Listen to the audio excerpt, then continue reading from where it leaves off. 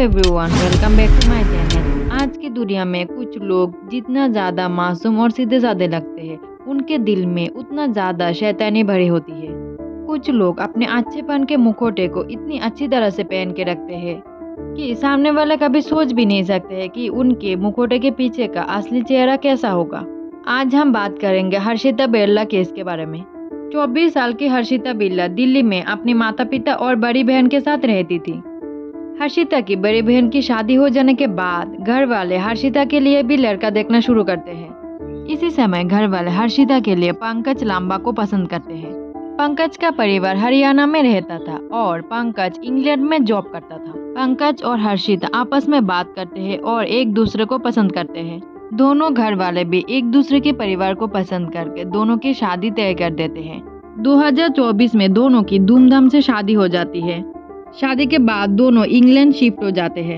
England जाने के बाद पंकज का पहला झूठ हर्षिता के सामने आता है। शादी के समय पंकज ने बताया था वो इंग्लैंड में एक अच्छी कंपनी में जॉब करता है, लेकिन यह बात बिल्कुल झूठ थी। पंकज एक सिक्योरिटी गार्ड का नौकरी करता था। ये सब जानने के बाद हर्षिता की पंकज के साथ लड़ाई होती है, लेकिन शादी हो चुकी थी इसलिए हर्षिता भी नाखुश होकर समझौता कर लेती है। हर्षिता अपनी पढ़ाई खत्म करना चाहती थी, लेकिन दोनों की फाइनेंशियल कंडीशन बहुत बुरी चल रही थी, इसलिए हर्षिता ने डिसाइड किया वो अपनी पढ़ाई छोड़ देगी और जॉब करेगी।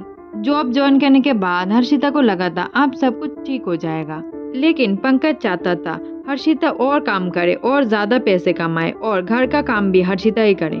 पंकज हर्षिता को बहुत बुरी तरह से ट्रीट करता था और हाथ भी उठाता था। दिन ब दिन हर्षिता के लिए यह सब सहना मुश्किल होते जा रहा था।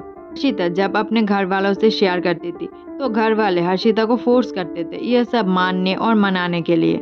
घर वालों को लगता था उनकी बेटी थोड़ा एडजस्टमेंट कर लेगी तो एक दिन सब सही हो जाएगा। एक दिन पंकज ने बहुत गुस्से में हर्षिता को बहुत बुरी तरह से मारा था। इस बार हर्षिता और सह नहीं पाई और उसने पंकज के खिलाफ केस कर दिया। उसके बाद पंकज को गिरफ्तार किया गया और उस समय से हर्षिता पंकज से अलग रह रही थी। लेकिन एक महीने के बाद पंकज हर्षिता को फिर से मना लेता है और दोनों साथ में रहने लगते हैं। दोनों की जिंदगी धीरे धीरे बेहतर होने लगी थी। पंकज भी हर्षिता से पहले की तरह इतना ज्यादा बुरा बर्ताव नहीं करता था।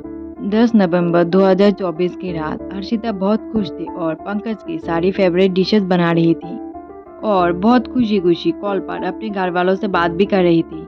इतने में कॉल कट हो जाता है और हर्षिता के घर वाले फिर से कॉल करते हैं, लेकिन फोन स्विच ऑफ बता रहा था। घर वाले बहुत बार ट्राई करते हैं हर्षिता को कॉल करने की, लेकिन 2 दिनों तक फोन स्विच ऑफ ही बता रहा था।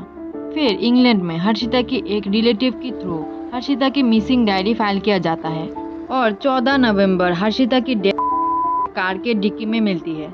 हर्षिता मिलने के बाद पुलिस पंकज को हर तरफ ढूंढने लगती है, लेकिन पंकज कहीं नहीं मिला। हर्षिता के परिवार हर्षिता के लिए जस्टिस मांग रहे हैं। हर्षिता को जस्टिस पंकज के मिलने के बाद ही मिल सकता है, लेकिन पंकज आज तक नहीं मिला। इस केस में पंकज के साथ साथ हर्षिता के घर वालों की भी गलती है, क्योंकि हर बार मान लेना और मना लेना हर गलती की सलूशन नहीं होती है। हर्षिता के घर वाले ये बात पहले समझ जाते तो शायद आज हर्षिता उनके साथ होती। पंकज इंग्लैंड छोड़कर भाग गया है और शायद इंडिया में है और एक आम आदमी की तरह जिंदगी जी रहा है। आपका क्या राय है इस केस को लेकर? अपना ओपिनियन कमेंट में शेयर करें और आपको हमारी वीडियो अच्छी लगी है तो प्लीज़ लाइक, शेयर और सब्सक्राइब करना मत भूलना। Thanks for watching.